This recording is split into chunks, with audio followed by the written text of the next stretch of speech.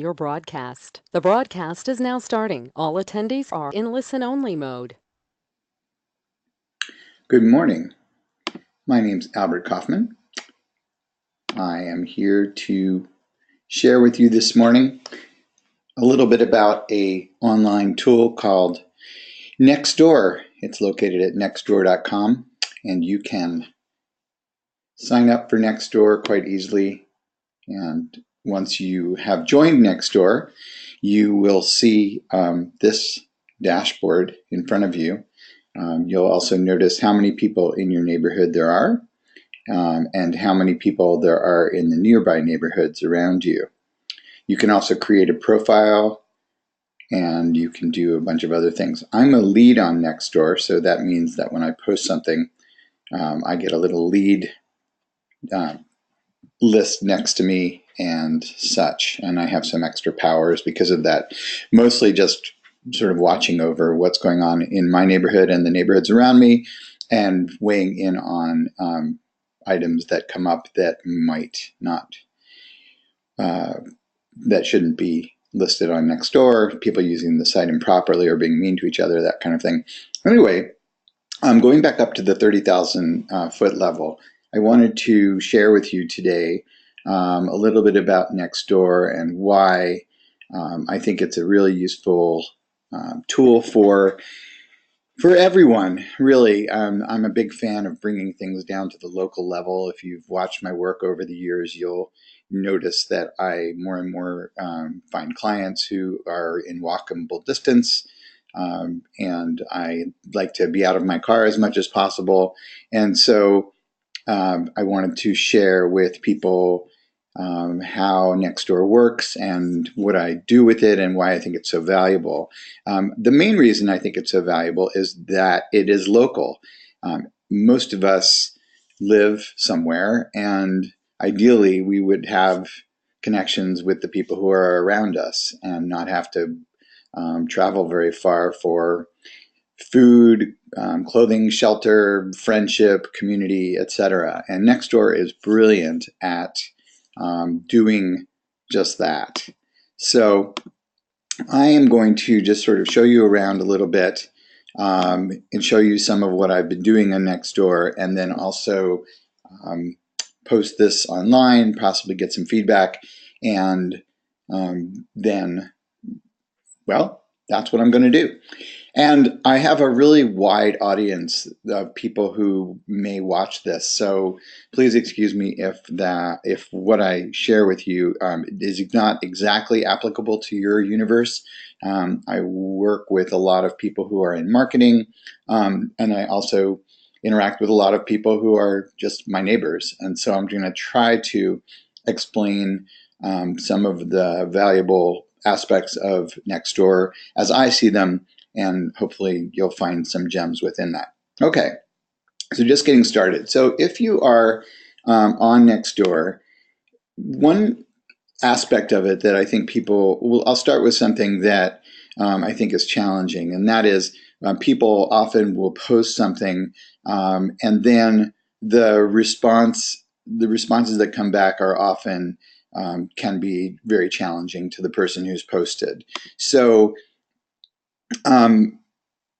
what I mean by that is that, I was watching a video by Ricky Gervais yesterday, and who's a comedian from England, starred in the English version of The Office, and is a comedian. He's very funny. Anyway, he talked about, challenges that people have with information and changing their lives and things. And so when someone posts something on Nextdoor, for instance, it's sort of an invitation for everybody to react to it, and you're talking to, just like you are on social media, you're talking to anywhere from a couple hundred people to many thousands of people, and so you're going to get all sorts of reactions. And don't get too disappointed by what the response is. You want to try to keep the conversation upbeat, positive, and towards whatever end you're trying to go for. And I think that's true with all social media. Snarky, quick comments that are just in that put down the poster or make fun of whatever it is they're trying to do, I think don't really help this platform or any other platform. So that is what I would recommend on Nextdoor. So I wanted to start just by adding a post and showing you how that works. Here I am picking, posting a message. Underneath here, I can choose which category it gets posted in. Now, if I do this wrong and I post something in Lost and Found that should actually be in general, I generally personally choose the general category. But if you post in recommendations, you can be recommending a restaurant or something like that. For sale and free is kind of obvious. But anyway, I'll post in general. And then here I can choose whether or not I want my post to go just to my neighborhood. And what's interesting here too is right now it says I have 4,700 neighbors. When I first joined Nextdoor, I think 2 or 3 years ago, we were under 500. So it's really grown quickly. And I think the more people join this and use it, the more value, there's just a lot of value that people are seeing in it. For a lot of different businesses and a lot of different reasons. To me, it's the best organizing tool for on the local level that I've ever seen in my life, and I think that probably has ever existed. And just for that reason alone, I've been attracted to it because I'm a neighborhood activist and I like to try to improve things around me, and also to meet neighbors and to make a richer life for all. So I can choose to just share with Richmond, or I can choose to share with everyone in my nearby neighborhood. So if I want to choose with everyone here, I can also choose a subset of the different neighborhoods around me. So for instance, I can choose, just the ones that are nearest to me, or a certain subset, like if I just want to choose my neighborhood and the 4 neighborhoods to the east. Let's say I've lost my dog and the dog is probably moving east. I might post in a couple of different neighborhoods like that.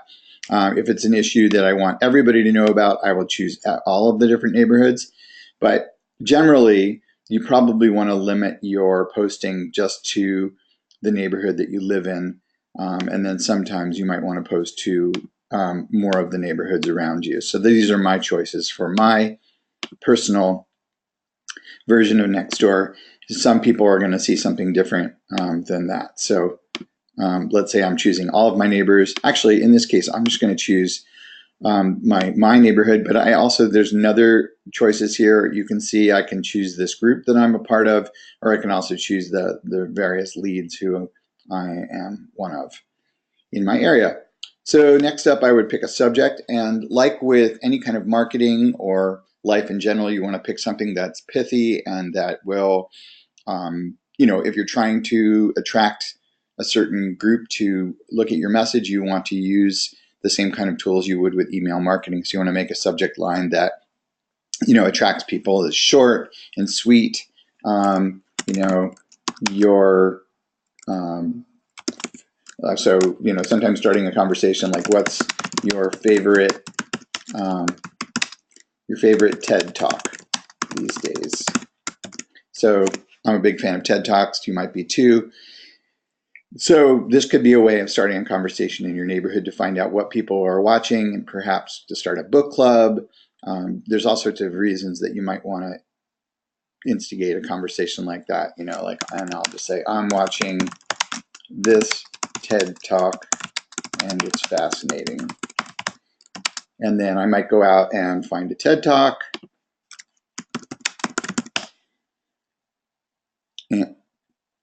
And let's say I'm going to pick this one, or pick this one. Here we go. And here I am. I've picked this TED Talk. I'm going to go back in here. And you'll notice if I post the link to the TED Talk, it will then populate the bottom area with a link to that TED Talk. And just like it does in social media, I can also remove the rest of this if I want to. I could add a photo here. If I do that, I think it will probably remove the link to the TED Talk that I'm talking about. So that's it. That's all there that it takes to post something. Other things that you can do are you can add photos. So let's say I wanted to, instead of posting instead of posting this link, oh, it looks like maybe both of them stay. I'm not sure. But you can keep adding photos, so you can make yourself a little photo album if you want to. If you're trying to make a point, you can have multiple photos. So that's that. That's exactly how to post. And then if I posted that, then you would see it pop up in this news feed here. And that's basically that. So I'm going to see what's new. Here's somebody writing about property tax assessments. So you can see there's hundreds and thousands of different topics that might be interesting to people locally. You can also search for under categories if you want to find something. So for instance, let's say I was looking for a good auto mechanic. I might come in here and I could see what my neighbors have chosen as the best auto mechanic. And for instance, they've chosen Hawthorne Auto Clinic. And I agree. I probably have actually even posted something about them. So you can also learn more about that business by drilling down deeper. It looks like I've recommended this before. A lot of other people have as well. And then I can see their website and I can get their phone number and directions and things. And this is great because these people are 5 blocks from me. So how fantastic. I can just go and visit them, and they are local. I could probably push my car there if I needed to. But another way to do this is, let's say you're looking for a plumber and you want to find a local plumber.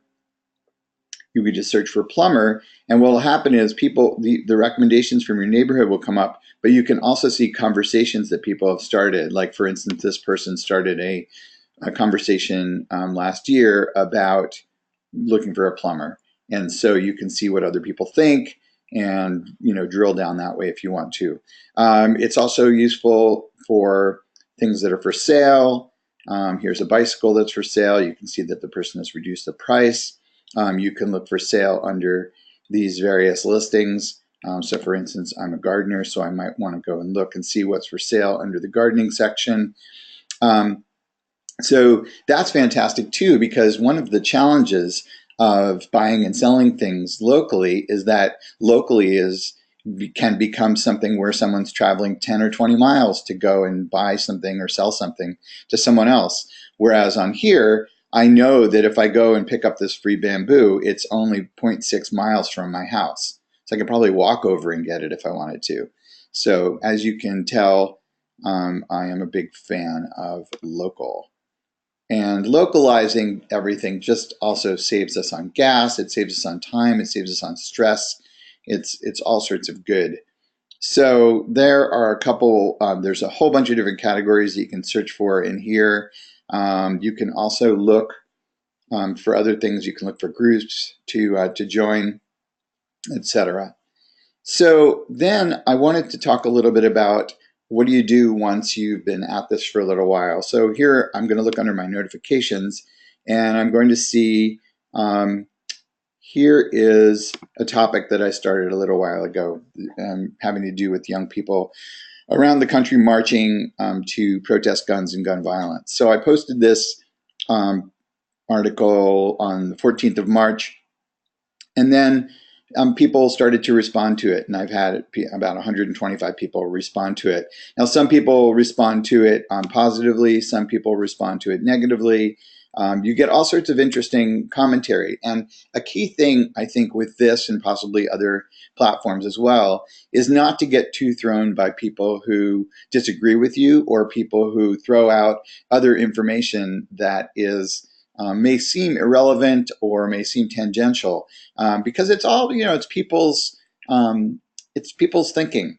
And so what I find interesting is that even if I disagree with someone or someone adds in something that doesn't seem exactly on topic, oftentimes it will help me shape my thinking so that I might take this information and then, for instance, take it and put it into a blog post. But you're living in a neighborhood, so everyone's not going to agree. One of the challenges of this platform is that there are no threaded conversations. Basically, every conversation just goes from person to person to person. And so there is, if a person throws a wrench into the conversation, it can be very distracting, but basically you just want to keep going. Another thing to know about is if you find somebody is posting something and you disagree with them, or if you just think that they're not someone who you want to be hearing from, you can actually mute them and you won't see their content at all. I don't necessarily recommend doing that too much because you may disagree with someone on one issue and agree with them on a different issue. And it's just kind of bad policy. That said, I have muted a couple of people, and I'm sure a number of people have muted me because I'm very active on here. Okay, so we've covered a few things. I'm going to now go into an area that I don't really even know how to really talk about, but I'll just show it to you and you can make up your own mind what I'm up to. So I'm going to search next door for beeping. I started a thread a couple of years ago on here, and let's see. So here it is. It's called Turn Off Your Car Horn, Less Beeping Equals Less Noise. And my concept here is that I was hoping that people might stop using their key fobs to turn off to lock their cars and at the same time have their car horn honk. And, some people think, okay, this is just part of modern day society. Personally, I think it's terrible, and I wish automakers would be fined every time this happened. But or somewhere in between. I would love to see car makers recognize that this is not a really good thing for society to have car horns beeping constantly. So, note to you, if you have this set up with your car, perhaps you can figure out how to disengage that system. And anyway, so I posted this, let's see, in March of 2016. So, wow, going on 2 years ago, and ended up getting 47 replies. So, since that time, another 10,000 people have come into these 13 neighborhoods that I live in onto this platform. And so, what I will do from time to time is if I can find an article that is interesting and maybe add some new information to this conversation, I will add it in. So, for instance, I did that on the 20th of March. I responded to somebody else's comment. She says, I have a rental car that does this annoying thing. Not sure I can do anything to change it. I can't stand it. Scares me. And then I suggested to her, check the car's manual online. And so that's, just my answer to her particular comment. But what that does is it sends this subject line out into the ether. And I will show you kind of how that plays out in a moment. But it sends this subject line out into the digest version of information that everybody gets that participates in this. I guess that wants to get that digest. But so, for instance, the digest, here we go, comes to me and it looks like this. So here's my daily feed from my from Nextdoor, and as you can see, you can see, okay, boom, here's what's recent on Nextdoor. And if I drill down and click on one of the things, I'll find, oh, it turns out that this was something that I wrote, and I wrote about this guy's business, a pedal roaster, who roasts coffee and then he pedals it to your house, which I just think is fantastic. And I can tag his business, pedal roaster. Let's see, going a little off topic here. Let's see, I know he's in there. There we go. Oh, there we go. And I love him, so there you go.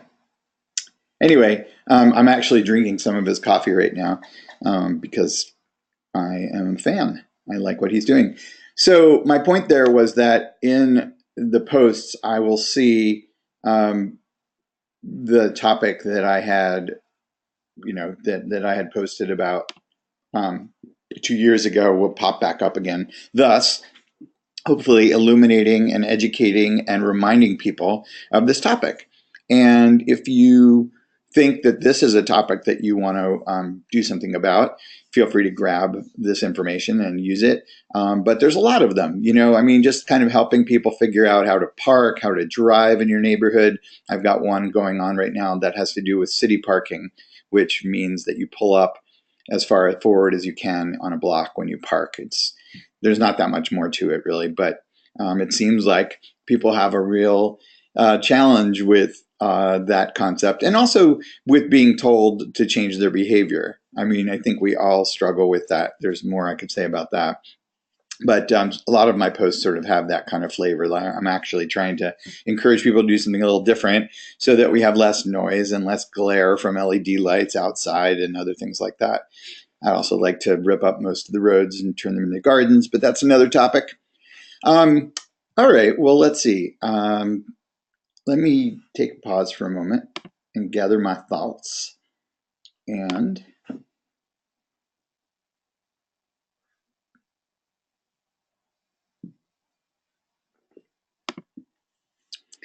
okay, well, I think I've covered some of what I had in mind. I think I'll stop there. And if you have comments or thoughts, or you would like me to show a different part of Nextdoor. Oh, one other thing that's useful is the inbox is a great place to, you can write to people individually. So instead of telling them, something that they did bothered you online in the news feed, you can just write to them directly, or maybe there's something that they wrote that So for instance, here's somebody writing about a potato grower container, and does anyone have something like this? So that's perfect. Like, I could respond to her directly and say, yeah, it turns out we have a bunch of these big pots that you could use for that, but I'd be glad to. And to do that, I would just scroll over her name, click on private message, and I can just message her directly and say, yes, I actually have these things. And so that's a great way just to correspond with your neighbors. Yeah, I think that'll do it for today. I just wanted to do a short shout out about Nextdoor. If you're not on here, I've also got an article about it, which goes into some more of my thinking. And if you're not on it yet, really just hop on, and you can see why it's valuable, perhaps quickly. And I'll probably talk a little bit more about strategy in a follow-up video. But for now, welcome to Nextdoor, and I hope you have a great experience with it. If you have any questions or comments about the video or what I do in the world, I'll be happy to talk to you, and I look forward to that day. Have a great one.